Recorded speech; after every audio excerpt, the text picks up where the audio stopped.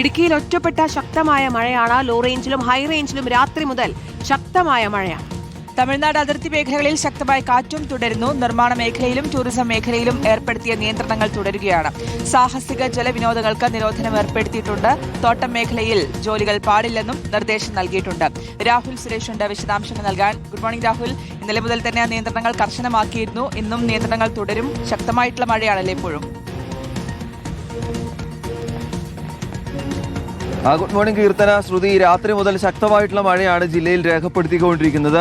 Law റേഞ്ചിലും high റേഞ്ചിലും തോരാതെ തന്നെ മഴ പെയ്യുന്നുണ്ട്. ഒറ്റപ്പെട്ട ഇടങ്ങളിൽ ശക്തമായിട്ടുള്ള കാറ്റും ഇടുക്കിയിൽ ലഭിക്കുന്നുണ്ട് എന്നതാണ് ഏറ്റവും പ്രധാനപ്പെട്ട കാര്യം. അതിർത്തി മേഖലകളിലാണ് ഏറ്റവും കൂടുതൽ ശക്തമായിട്ടുള്ള കാറ്റ് വീശുകയും ചെയ്യുന്നത്. ഡോൾഫിൻ ചുഴലിക്കാറ്റിന്റെ ഭാഗമായി തന്നെ ശക്തമായിട്ടുള്ള കാറ്റ് അതിർത്തി മേഖലകളിലുണ്ട്. നമ്മളുള്ളത് കമ്പംമെട്ട് ചെക്ക് പോസ്റ്റിന് സമീപമാണ്. തമിഴ്നാടിന്റെ അതിർത്തി മേഖല കൂടിയാണ്. അപ്പോൾ ഈ മേഖലകളിൽ തമിഴ്നാടുമായി അതിർത്തി പങ്കുവെക്കുന്ന മേഖലകളിലാണ് ഇപ്പോൾ ശക്തമായിട്ടുള്ള കാറ്റ് വീശുന്നത്.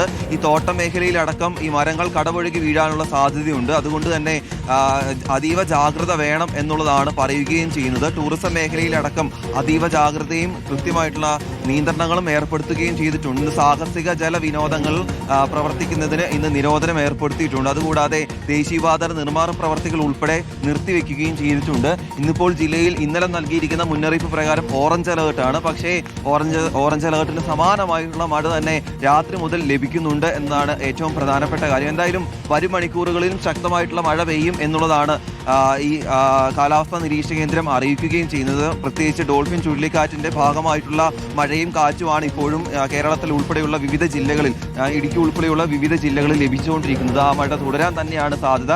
എന്തായാലും ജില്ലയിലെ മുഴുവൻ വിദ്യാഭ്യാസ സ്ഥാപനങ്ങൾക്കും ഇന്ന് അവധി പ്രഖ്യാപിച്ചിട്ടില്ല. ക്യാമ്പുകൾ നടക്കുന്ന വിദ്യാഭ്യാസ സ്ഥാപനങ്ങൾക്ക് മാത്രമാണ് അവധി പ്രഖ്യാപിച്ചിട്ടുള്ളൂ. ഒരുപക്ഷെ രാത്രിയിലെ മഴയൊക്കെ പരിഗണിച്ചുകൊണ്ട് ജില്ലാ ഭരണകൂടം പുതിയ എന്തെങ്കിലും തീരുമാനം എടുക്കുമോ എന്നതാണ് വിദ്യാർത്ഥികളും അധ്യാപകരും മാതാപിതാക്കളും അടക്കം കാത്തിരിക്കുന്നത്. ശരി, രാഹുൽ സുരേഷാണ് വിശദാംശങ്ങൾ നൽകിയത്. ഇടുക്കിയിലെ സാഹചര്യമാണ് രാഹുൽ വിശദീകരിച്ചത്.